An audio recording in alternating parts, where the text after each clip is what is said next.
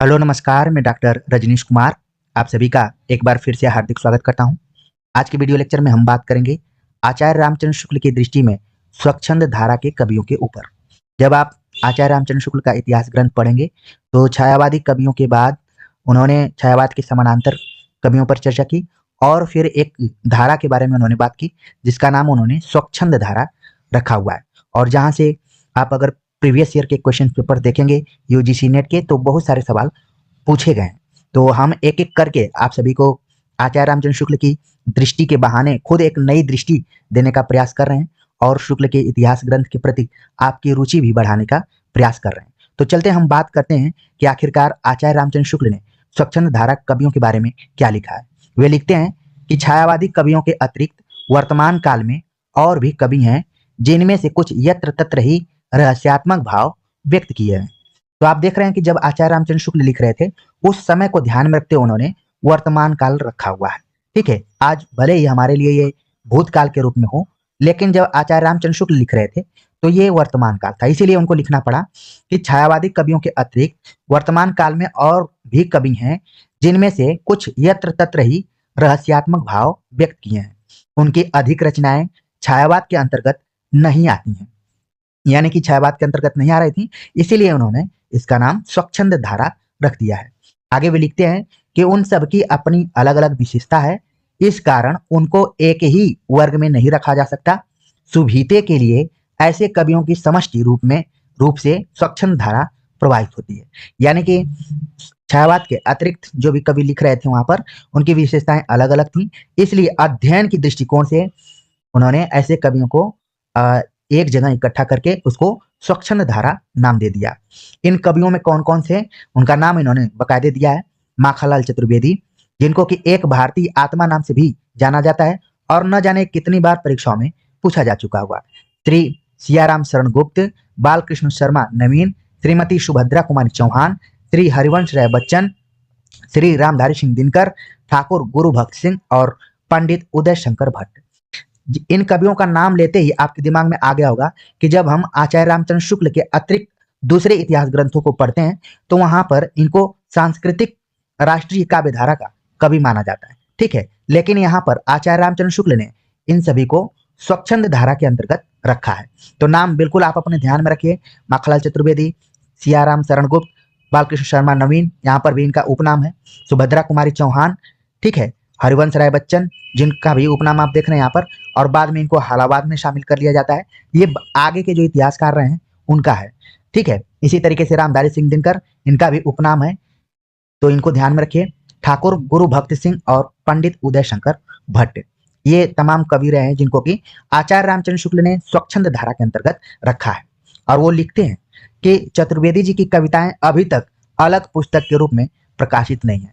जब आचार्य रामचंद्र शुक्ल इतिहास ग्रंथ लिख रहे थे उस समय माखनलाल चतुर्वेदी की कविताएं किसी खास काव्य संग्रह के तौर पर प्रकाशित नहीं हुई थी, इसीलिए उन्होंने कोई यहाँ पर नाम नहीं दिया हुआ है। तो इसको भी आपको ध्यान रखना है। अब वर्तमान समय में आप जितनी भी माखनलाल चतुर्वेदी की कविता संग्रहों को पढ़ते होंगे वो मान लीजिए कि बाद में इतिहासकारों ने उसको संकलित किया है। लेकिन आगे कुछ महत्वपूर्ण चीजों पर बात करते हुए आचार्य रामचंद्र शुक्ल लिखते हैं कि त्रिधारा नाम के संग्रह में श्री केशव प्रसाद पाठक और श्रीमती सुभद्रा कुमारी चौहान की चुनी हुई कविताओं के साथ उनकी भी कुछ कविताएं उद्धृत की गई हैं। आप देख रहे हैं, ये प्रश्न बन सकता है आगामी परीक्षाओं में कि जो त्रिधारा नाम दिया गया है ये ऐसे ही नाम नहीं दिया गया है, बल्कि इसमें केशव प्रसाद मिश्र, केशव प्रसाद पाठक, सुभद्रा कुमारी चौहान और माखनलाल चतुर्वेदी, जिसको कि मैं कई बार एमएलसी भी कर देता हूं, तो आप ध्यान में रखिए कि माखनलाल चतुर्वेदी, इन तीनों की रचनाओं का नाम जो संकलन किया गया उसको त्रिधारा नाम दिया गया है। ठीक है, 3 धाराएं हैं, तो आप समझ गए होंगे कि ये त्रिधारा नाम ऐसे नहीं दिया गया है। ठीक है, किताबें आप पढ़ेंगे लेकिन थोड़ा सा यहाँ से आप सुनकर जाएंगे लेक्चर तो आपको अलग ढंग से वहां पर पढ़ने का मन करेगा। तो त्रिधारा में हो सकता है सवाल पूछ लिया जाए कि किन किन कवियों का संकलन किया गया कविताओं का, तो उसमें केशव प्रसाद पाठक, सुभद्रा कुमारी चौहान और माखनलाल चतुर्वेदी का नाम अब आपके दिमाग में आने लगेगा, क्योंकि दिमाग में चीजों को बैठाना पड़ता है, जोड़ना पड़ता है। आगे बात करें तो जिक्र करते हैं सियाराम शरण गुप्त का। लिखते हैं कि सियाराम शरण गुप्त ने आरंभ में मौर्य विजय खंड काव्य लिखा था। तो अब आपके दिमाग में आ जाना चाहिए कि मौर्य विजय के कवि कौन है, सियाराम शरण गुप्त हैं। और ये क्या है, खंड काव्य। अब आपको वन लाइनर किताबों को ढूंढ ढूंढ कर और रटने की जरूरत नहीं है, बल्कि दिमाग में बैठा लेना है कि मौर्य विजय क्या है, खंड काव्य है। ठीक है, अब आपको भटकना नहीं है कि सर बता दीजिए प्रबंध काव्य है कि खंड काव्य है कि मुक्तक काव्य है, क्या है। अब आप देख रहे हैं यहाँ पर कि मौर्य विजय खंड काव्य है। उनकी कविताओं के ये संग्रह प्रसिद्ध हैं, दुर्वादल, विषाद, आर्द्रा, पाथेय और मृण्मयी। इसके अतिरिक्त तो उनके अन्य काव्य हैं, आत्मोत्सर्ग, अनाथ, बापू, उनके अन्य काव्य हैं। यानी कि आप देख रहे हैं कि स्वच्छंद काव्यधारा के अंतर्गत सियाराम शरण गुप्त ने बहुत ही इंपॉर्टेंट रोल निभाया है, जिसमें कि उन्होंने मौर्य विजय खंड काव्य तो लिखा ही, इसके अतिरिक्त आप सभी के परीक्षाओं के दृष्टिकोण से भी उन्होंने लिख दिया दुर्वादल, विषाद, आर्द्रा, पाथेय, मृण्मयी, आत्मोत्सर्ग, अनाथ, बापू। और आप देखेंगे कि यूजीसी नेट और आगे आने वाले जो भी एग्जाम है उसमें इन रचनाओं को एबीसीडी में देकर और सियाराम शरण गुप्त की 3-4 रचनाओं को देकर पूछा जा सकता है कि इसमें से कौन है कौन नहीं है। ठीक है, इस टाइप से कूट पर आधारित प्रश्न पूछे जा सकते हैं। उम्मीद है कि मेरी बातों को आप लोग अच्छे से समझ रहे होंगे और अलर्ट हो रहे होंगे कि हाँ, इसको ध्यान में रखना है।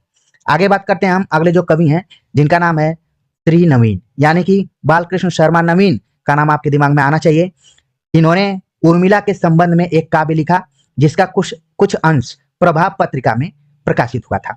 तो उर्मिला, वैसे तो आप देखते हैं कि मैथिली शरण गुप्त ने उर्मिला को केंद्र में रखते हुए साकेत नाम का महाकाव्य लिखा, लेकिन बालकृष्ण शर्मा नवीन ने भी उर्मिला के संबंध में एक काव्य लिखा, उर्मिला नाम से ही, जो कि शुरुआत में प्रभा नामक पत्रिका में प्रकाशित हुआ था। तो ये भी ध्यान में रख लीजिए। मान लीजिए यूजीसी नेट में ये क्वेश्चन आ जाता है कि उर्मिला सबसे पहले किस पत्रिका में प्रकाशित हुआ, तो प्रभा नामक पत्रिका में हुआ। आपको वन लाइनर किताबों को पढ़ने या खोजने की जरूरत ही नहीं है। आगे बात करें तो बालकृष्ण शर्मा नवीन की जो कुछ फुटकल कविताओं का संग्रह है उसका नाम है कुमकुम। ठीक है, तो इसको ध्यान में रखना है कि कुमकुम नाम का जो काव्य संग्रह है वो बालकृष्ण शर्मा नवीन का है। तो इन तथ्यों को आप अपने दिमाग में बैठाते जा रहे होंगे और आपको ये लेक्चर भी अच्छा लग रहा होगा। आगे बात करते हैं सुभद्रा कुमारी चौहान के बारे में। आचार्य रामचंद्र शुक्ल लिखते हैं कि श्रीमती सुभद्रा कुमारी चौहान की कुछ कविताएं, जैसा कहा जा चुका है, त्रिधारा में संकलित हैं। आचार्य रामचंद्र शुक्ल के इतिहास ग्रंथ की एक खास विशेषता यह भी है कि वो पीछे के कंटेंट को जोड़ भी देते हैं, आपको बार बार याद दिलाते हैं कि आप पढ़ रहे हैं तो ऐसा तो नहीं है कि भूल जा रहे हैं। इसलिए वो लिखते हैं कि जैसा कि कहा जा चुका है कि इनके कुछ कविताएं त्रिधारा में संकलित थी। अब त्रिधारा जब मैं बोल रहा हूं तो आपको माखनलाल चतुर्वेदी, केशव प्रसाद पाठक और सुभद्रा कुमारी चौहान का नाम आ रहा हुआ है। एमके से आप इसको याद कर सकते हैं या फिर जैसे भी याद कर सकते हैं, क्योंकि याद करना, आप त्रिधारा जैसे ही बोला जाएगा आपके दिमाग में इन तीनों कवियों को ये सब नाचना शुरू कर देना चाहिए आपके दिमाग में। ठीक है, तो एक तो हो गया सुभद्रा कुमारी चौहान की कविताएं त्रिधारा में संकलित हैं। इसके अतिरिक्त जो शेष कविताओं का संग्रह है वो है मुकुल। तो मुकुल को बिल्कुल ध्यान में रखना है, ये सुभद्रा कुमारी चौहान की कविताओं का संग्रह है मुकुल। आगे वे लिखते हैं कि श्री बच्चन ने खयाम की मधुशाला में उमर खयाम की कविताओं का अंग्रेजी के प्रसिद्ध कवि फिट्जरराल्ड कृत अंग्रेजी अनुवाद के आधार पर अनुवाद किया है। यानी कि जो हरिवंश राय बच्चन की मधुशाला है, जिसकी चर्चा खूब की जाती है, यहाँ पर देखिए प्रकाशन वर्ष नहीं दिया गया है, लेकिन कुछ अलग तथ्य दिए गए हैं कि यह मधुशाला उमर खयाम की कविताओं पर आधारित है और अंग्रेजी के प्रसिद्ध कवि फिट्जरराल्ड का अंग्रेजी अनुवाद किया गया और मधुशाला उन्होंने लिखा। उनकी स्वतंत्र रचनाओं के कई संग्रह निकल चुके हैं और बताते हैं कि कौन कौन संग्रह हैं। तेरा हार, एकांत संगीत, मधुबाला, मधुशाला और निशा निमंत्रण, ये कुछ काव्य संग्रह हैं जो कि हरिवंश राय बच्चन के स्वतंत्र रूप से प्रकाशित हुए हैं। अब आपको इन सभी को क्यों ध्यान में रखना चाहिए, क्योंकि कूट पर आधारित प्रश्न पूछे जा सकते हैं। क्योंकि यूजीसी नेट में ज्यादातर क्वेश्चन जब कठिन बनाए जाते हैं और आधुनिक काल से बनाए जाते हैं तो वो कूट पर आधारित हो जाते हैं। इन्हीं में से 2-3 रचनाओं का नाम दे देगा, फिर पूछेगा कि कौन इनका है कौन नहीं। ठीक है, तो इस तरीके से आप अपने दिमाग में रखिए कि मधुशाला के साथ साथ तेरा हार, एकांत संगीत, मधुबाला और निशा निमंत्रण नाम की रचनाएं हरिवंश राय बच्चन द्वारा लिखी गई हैं। आगे बात करते हैं दिनकर के बारे में। रामधारी सिंह दिनकर की चर्चा करते हुए आचार्य रामचंद्र शुक्ल लिखते हैं कि पहली रचना है प्रणभंग। तो इसको ध्यान में रखिए, हो सकता है कि आप तमाम किताबों को पढ़े हों और इस प्रणभंग को याद न रख पाए हों। तो दिनकर की कविताओं की पहली रचना जो है वो है प्रणभंग।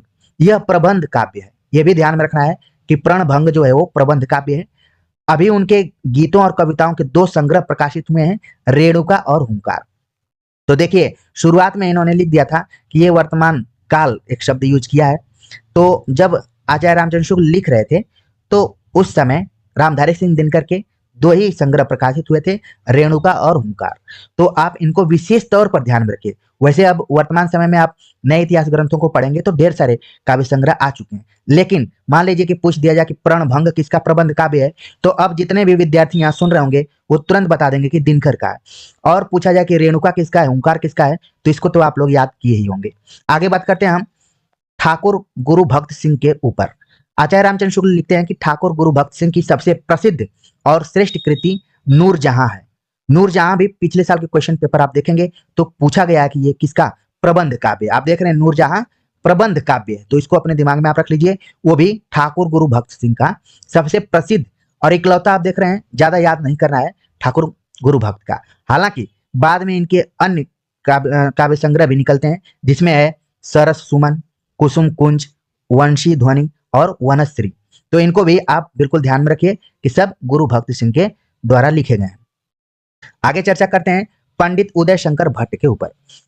रामचंद्र शुक्ल लिखते हैं कि पंडित उदय शंकर भट्ट ने तक्षशिला और मानसी काव्यों के अतिरिक्त विविध कविताएं लिखी हैं जो राका और विसर्जन में संकलित हैं।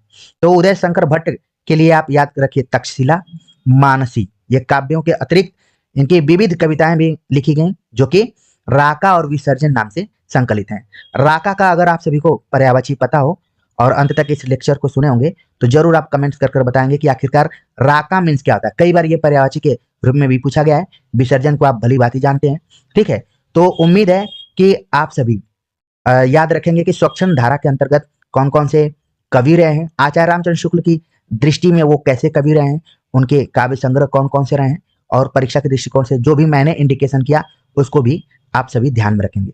तो कमेंट्स कर जरूर बताइएगा कि ये वीडियो लेक्चर आप सभी को कैसा लगा। इसी तरीके से लगातार हम इस सिलसिला को जारी रखेंगे और आपके परीक्षा के दृष्टिकोण से अन्य महत्वपूर्ण बिंदुओं पर भी चर्चा करते रहेंगे।